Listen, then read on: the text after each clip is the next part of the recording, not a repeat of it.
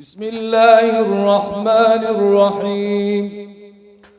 بناوي خداي بخشندو مهربان، بناوي و خداي كانغاي رحمتو سوز بزيا.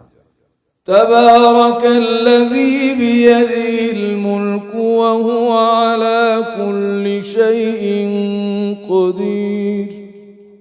گەورە مبارك بيروزا او زاتي كهمو بونەوەر و جیهانی بەدەستە، ئەو زاتەی دەسەڵاتی بەسەر هەموو شتێکدا هەیە.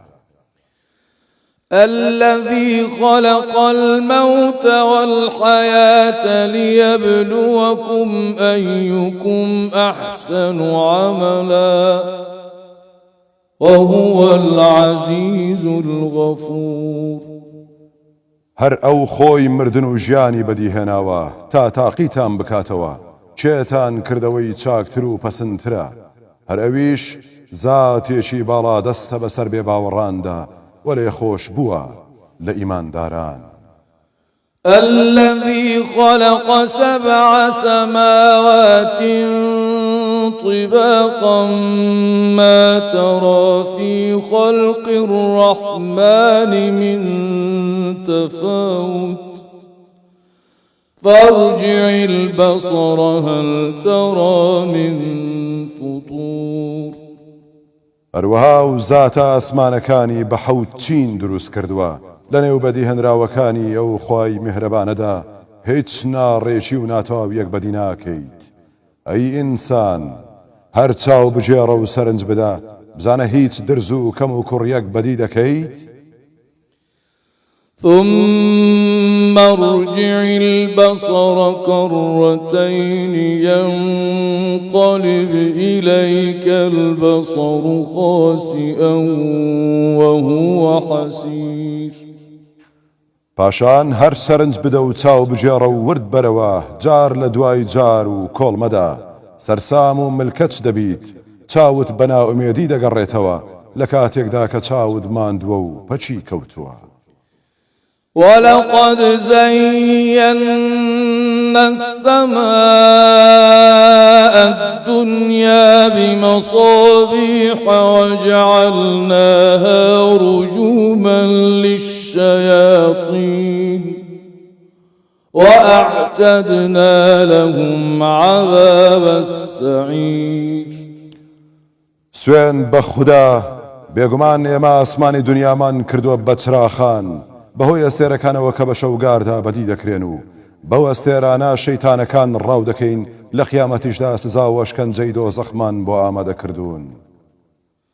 وللذين كفروا بربهم عذاب جهنم وبئس المصير. هەروەها بۆ ئەوانش کە باوەڕیان بە پەروەردگاریان نییە، سزا و ئازاری دۆزەخ ئامادەیە، ئای کە چارەنووس و سەرنجامێکی زۆر ناسۆر و ناخۆشە. إذا ألقوا فيها سمعوا لها شهيقا وهي تفور. تێک فرێ دەدرێنە ناوی دەنگێکی ناساز و ناخۆش و لوورەیەک لە دۆزەخەوە دەبیستن، لە کاتێکدا قوڵب دەدات و دەکوڵێت. تكاد تميز من الغيظ كلما ألقي فيها فوج سألهم خزنتها ألم يأتكم نذير. لەداخی خوانەناسان خەریکە پارچە پارچە ببێت و لێک ببێتەوە، هەرجارێک دەستە و تاقمێک فرێ دەدرێتە ناوی، پاسەوانی دۆزەخ لێیان دەپرسێت باشە ترسێنەرێکتان بۆ نەهات تا لەم سەرنجام ئاگادارتان بکاتەوە. قالوا بلى قد جاءنا نذير فكذبنا وقلنا ما نزل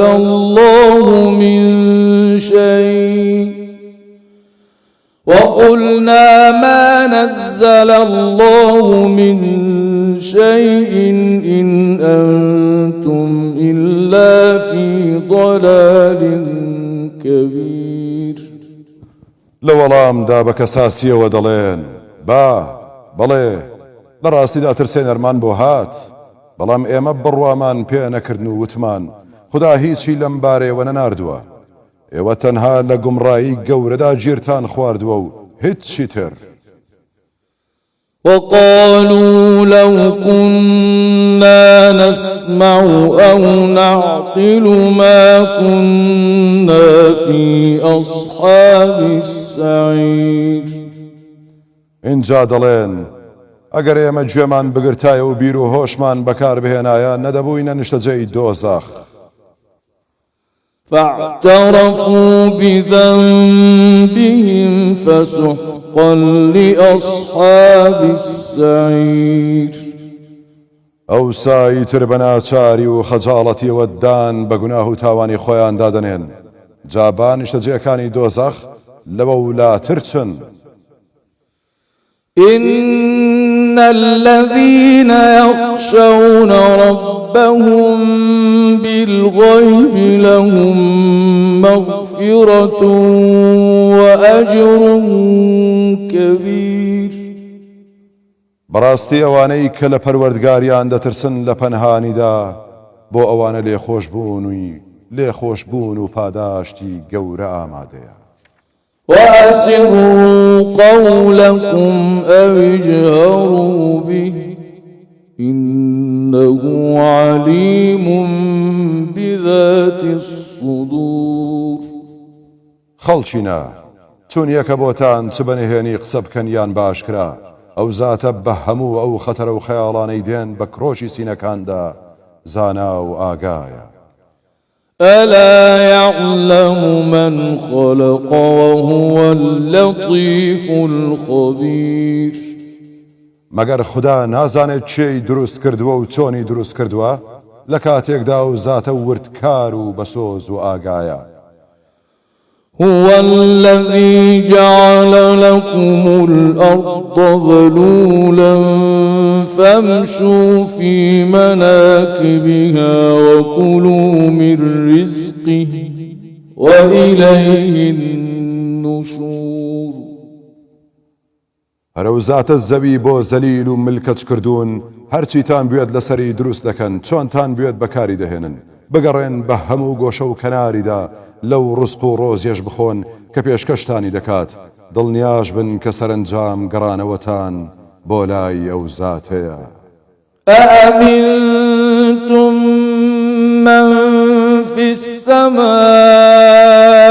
أن يخسف بكم الأرض فإذا هي تمور. ئایا لەو زاتە ناترسن کە لە سەروی ئاسمانەوەیە کە بەناخی زەویدا بتان باتە خوارەوە جا دەست بەجێ و زەویە بێتە لەرزە؟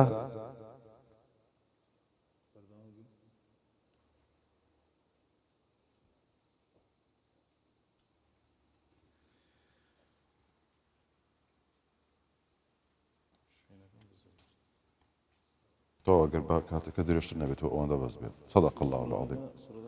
ئەوی دیکەش بەوەی کات بمێنێتەوە زۆر مابوو صدق الله العظيم أو أمنوا. صدق الله العظيم. وإن شاء الله خذ إن شاء الله. پاپاداش